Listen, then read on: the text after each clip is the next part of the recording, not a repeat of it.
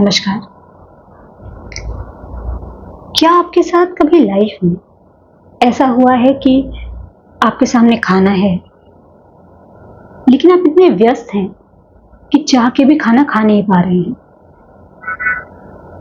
या क्या कभी ऐसा हुआ है कि आप लंबी रोड ट्रिप पे जा रहे हैं, आपने सोचा कि रास्ते में कुछ खरीद के खा लेंगे या कोई ढाबा या रेस्टोरेंट मिलेगा तो वहाँ खा लेंगे, आपके पास पैसे भी हैं, लेकिन उस टाइम पे आपको कुछ नहीं मिलता। ये एग्जाम्पल मैं इसलिए दे रही हूँ क्योंकि ज़िंदगी में अगर आपको पता हो कि ये आपका सही समय है तो शायद आप वो काम बिना डिले के कर लेंगे और उस काम को शायद पहले प्रायोरिटी देंगे। लाइफ में सही समय पे सही काम करना बहुत आवश्यक है, लेकिन पता कैसे चले कि आपकी लाइफ का कौन सा समय फेवरेबल है? ज्यादातर ये बातें हम शादी के मामले में करते हैं कि हमारी शादी कब होगी, लेकिन ये वीडियो मैं आपको ये बताने के लिए बना रही हूँ कि आपकी लाइफ के वो कौन से इम्पोर्टेंट ईयर्स हैं जिसमें आपकी लाइफ में एक मेजर ट्विस्ट या मेजर ब्रेक थ्रू आ सकता है, या आप अपनी लाइफ में उस ईयर को इम्पोर्टेंट मान के अपनी लाइफ के इम्पोर्टेंट डिसीजंस ले सकते हैं। यूं तो शादी जिंदगी का एक बहुत इम्पोर्टेंट डिसीजन है, लेकिन शायद सबसे इम्पोर्टेंट नहीं। इसलिए जो मैं आपको बताने जा रही हूँ उन सालों को अपनी जिंदगी के इम्पोर्टेंट डिसीजन, चाहे वो शादी हो, परिवार प्लान करना हो, कोई मेजर करियर चेंज करना हो, बिजनेस सेटअप करना हो, इस तरीके के कुछ फाइनल इम्पोर्टेंट डिसीजंस लेने के लिए आप यूटिलाइज कर सकते हैं। ये कुछ वैसा ही है कि अगर किसी किसान को ये पहले से बता दिया जाए कि आने वाला मौसम कैसा होगा, क्या बिन मौसम बरसात होने की संभावना है, तो शायद वो अपनी बहुत सारी फसलों को नुकसान होने से बचा लेगा। इसलिए जिंदगी में सही समय पे सही फैसले करने बहुत जरूरी है। चलिए शुरुआत करते हैं वीडियो की। सबसे पहले तो आपको ये जानना जरूरी है कि आपको कौन सा नंबर रूल करता है। आपका बर्थ नंबर क्या है, आपका लाइफ पाथ नंबर क्या है और आपका ज़ोडिएक नंबर क्या है। उसके बाद आपको ये जानना जरूरी है कि आपके लिए फेवरेबल नंबर कौन से हैं, या आपका फैमिली ऑफ नंबर्स क्या है। आप जिस तारीख को जन्मे हैं, जैसे कोई व्यक्ति 2 जनवरी 1956 को पैदा हुआ है तो 2 उसका बर्थ नंबर हुआ। जब आप सारे डिजिट्स को ऐड कर देते हैं, 2 जनवरी का 1, 19 का 1, 9, 5 और 6, उसको मिला के जो नंबर आता है वो होता है आपका लाइफ पाथ नंबर। और जो मंथ आपको रूल करता है वो आपको देता है आपका ज़ोडिएक साइन, और हर ज़ोडिएक साइन किसी एक नंबर से रूल करता है। तो आपका फैमिली ऑफ नंबर्स क्या है, आपको कौन कौन से नंबर्स रोल करते हैं, ये जानने के लिए आप मेरे पुराने वीडियोस रेफर कर सकते हैं। वहाँ पे मैंने इसके लिए डिटेल्ड इंफॉर्मेशन दी है। लेकिन ये निकालें कैसे, पता कैसे करें कि जो साल आपका चल रहा है वो आपके लिए फेवरेबल है या नहीं। सबसे पहले आपको ये जानना है कि आप किस साल में रन कर रहे हैं। जैसे आप आने वाले बर्थडे पे अगर आप 30 साल के हो जाएंगे, इसका मतलब है कि आप अपने 31वें साल में एंटर कर रहे हैं। तो आपके लिए जो साल आपके लिए इम्पॉर्टेंट होगा, मतलब वो होगा नंबर 4। 31वें साल में आपने एंटर किया, 3 + 1 होता है 4। इसका मतलब है 4 नंबर का ईयर आपको पर्सनली रूल कर रहा है। ये एक तरीका है। अब अगर आप नंबर 1 हैं, या अगर आप नंबर 4 हैं, मैंने अपने पुराने वीडियोस में बता रखा है कि फैमिली ऑफ नंबर्स क्या होते हैं। तो 4 के लिए 1, 2, 4, 7 और 6 ये नंबर्स अच्छे होते हैं। तो इस तरह से पहले आपको ये निकालना है कि आप कौन से साल में चल रहे हैं। इस बर्थडे के बाद आपका कौन सा साल शुरू होगा, या आप करेंटली किस ईयर में रन कर रहे हैं। अगर वो ईयर आपका प्राइमरी नंबर है, आपका बर्थ नंबर है, तो वो बेस्ट है। मतलब वो साल आपके इम्पॉर्टेंट डिसीजंस लेने के लिए बहुत अच्छा है। यूजुअली 2, 3 और 6 अगर ये आपके फेवरेबल नंबर्स में से हैं, और 6 तो ऑलमोस्ट सभी के लिए फेवरेबल होता है, तो उस साल में आपके ऑलमोस्ट 95% चांसेस हैं कि आपकी शादी हो जाएगी। अगर आप शादी का सोच रहे हैं, और अगर आप कोई प्लान करना है कि आपको शादी करनी है कि नहीं, और अगर वो ईयर आपका 2, 3 या 6 पे ऐड होके आता है, तो आप बिना किसी डर के अपनी शादी का डिसीजन ले सकते हैं। देखिए, ये एक टेंटेटिव डेटा है। आपकी ये ज़रूरी नहीं है कि हर इंसान की शादी 2, 3 या 6 के ही ऐड होने पे आए। 4 और 7 पे भी आ सकता है, 1, 9, 8 किसी भी साल में आ सकता है। देखिए, शादियां तो हर साल होती हैं और शादियां किसी भी साल में हो सकती हैं।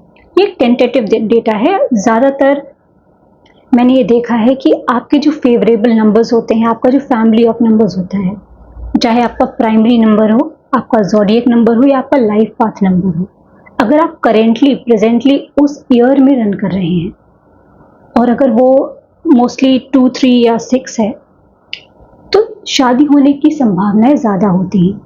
लेकिन इसका मतलब ये नहीं है कि अगर 2, 3, 6 के अलावा कोई नंबर है वो आपका फेवरेबल है। लेट्स से आपका आप 27 तारीख को पैदा हुआ है किसी मंथ की, और आपका जो करेंटली प्रेजेंट ईयर है, आपने 26 साल पूरे कर लिए और आप 27वें में रन कर रहे हैं, तो बहुत पॉसिबल है कि आपकी उस ईयर में शादी हो जाए। जिन लोगों की शादी हो चुकी है, वो भी अपने लाइफ के इम्पोर्टेंट डिसीजंस, आपको अपना बिजनेस सेटअप करना है, करियर चेंज करना है, कुछ मेजर डिसीजंस लेने हैं, घर बनाना है, इस तरह के सारे डिसीजंस आप उस ईयर में ले सकते हैं जब आपका फेवरेबल ईयर रन कर रहा है। मतलब आप अपने उम्र के उस पड़ाव में रन कर रहे हैं। आपको बहुत सारे वीडियोस में अलग अलग तरीके के मेथड्स मिल जाएंगे, जहाँ पे आपका पर्सनल ईयर निकालने के लिए कहा जाएगा, या आपका बाकी कई मेथड से बताया जाए कि अगर आप ये 1, 2, 3 आता है, या 2, 3, 6 आता है, या 8 या 7 भी आता है, तो वो आपका अच्छा ईयर है। देखिए, 9 ही नंबर्स होते हैं। 9 में से अगर 8 नंबर्स फेवरेबल हो गए तो किसी ना किसी में तो शादी हो ही जाएगी। बट जो मेजर ब्रेक थ्रू होता है वो बेसिकली आपके फैमिली ऑफ नंबर्स में आता है। तो आप अपने पेन और पेंसिल लेके आप देख सकते हैं कि आपकी या आपके जानने वालों की शादी क्या किसी ऐसे ईयर में हुई है जब उनका फैमिली ऑफ नंबर्स का ईयर चल रहा था या नहीं। और जस्ट इन केस वो नहीं होता है या कोई और नंबर आता है, तो उसमें भी घबराने की या डिससेटिस्फाई होने की ज़रूरत नहीं है, क्योंकि ये एक सिर्फ जनरल चीज़ है जो मैं आपको बता रही हूँ। इसके अलावा भी बहुत सारे फैक्टर्स होते हैं, क्योंकि अगर सारी चीज़ें वीडियो के थ्रू हम सिखा सकते हैं तो आपको न्यूमरोलॉजिस्ट या एस्ट्रोलॉजर की ज़रूरत ही नहीं होती, या अगर हम अपने साइंस से 100% करेक्ट होती तो भगवान की ज़रूरत नहीं होती। तो हर जगह कुछ ना कुछ कैलकुलेशंस होती हैं आपकी लाइफ में, आपके चार्ट में, आपके नंबर्स में। आपका जुपिटर का रोल कितना स्ट्रांग है या आपके वीनस का रोल कितना स्ट्रांग है, ये बारीक एनालिसिस के बाद ही पता किया जा सकता है। जस्ट इन केस आपकी अगर शादी हो चुकी है, आप इस कैलकुलेशन के थ्रू निकाल रहे हैं, और आपका जो नंबर है, लेट्स से आप नंबर 2 के हैं, लेकिन आपकी शादी जब हुई है तो आपका वो फेवरेबल नंबर लेट्स से नहीं चल रहा था, आप उस ईयर में नहीं चल रहे थे।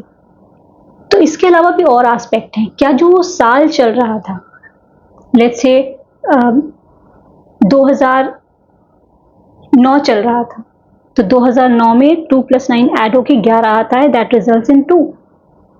तो वो भी एक मेजर एस्पेक्ट है कि आपका करेंट ईयर या जो ओवरऑल ईयर चल रहा है वो आपका फेवरेबल है या नहीं, या अगर आपका बर्थ नंबर का फेवरेबल ईयर नहीं चल रहा है या आपका ओवरऑल ईयर नहीं चल रहा है, तो क्या आपका ज़ोडिएक नंबर आपके करंट ईयर को कॉम्प्लीमेंट कर रहा है। तो ऐसी बहुत सारी और भी कैलकुलेशन है, बट रफली अगर आपको ये अंदाज़ा लगाना है कि जो आपका करंट रनिंग ईयर है वो फेवरेबल है या नहीं, तो इस मेथड से आप निकाल सकते हैं। इसके अलावा एक और तरीका है जिससे आप जान सकते हैं कि आपकी लाइफ का जो मेजर ट्विस्ट या टर्न है या मेजर ब्रेक थ्रू है वो आपकी लाइफ के किस ईयर में आएगा। मान लेते हैं कि आपका जन्म 11 अप्रैल 1983 को हुआ है। अब आप इन सबको जोड़ लीजिए, 11 का 1 प्लस अप्रैल का 4 और 1983।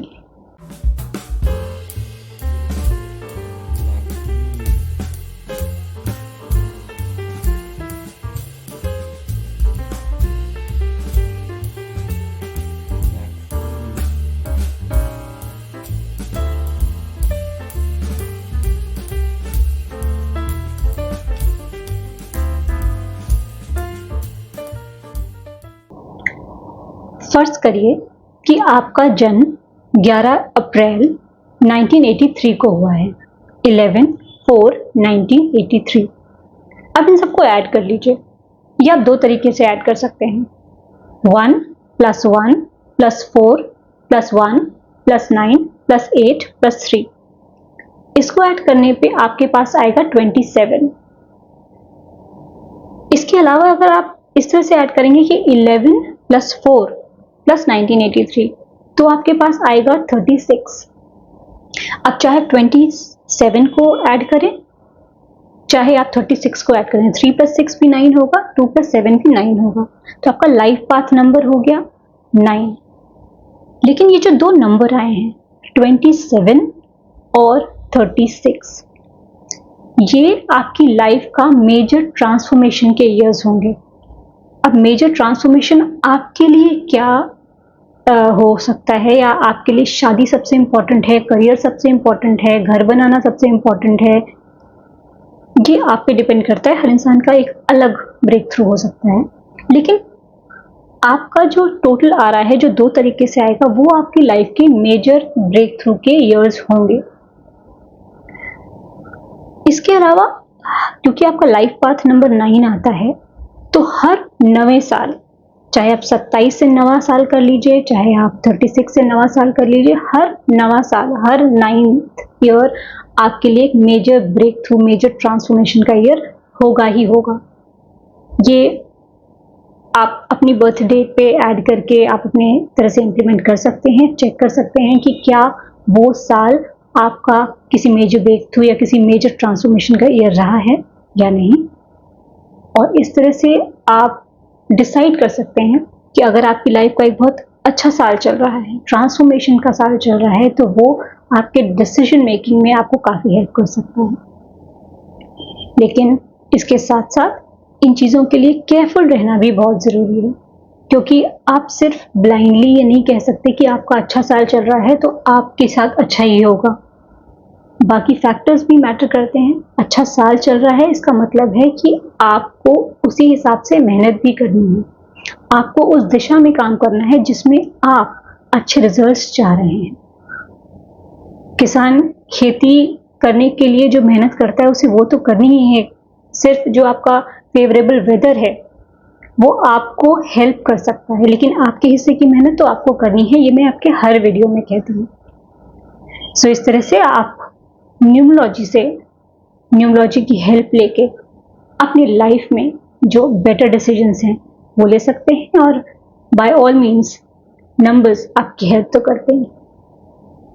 नेक्स्ट वीडियो में कुछ और इन्फॉर्मेशन के साथ मिलेंगे, तब तक के लिए नमस्कार।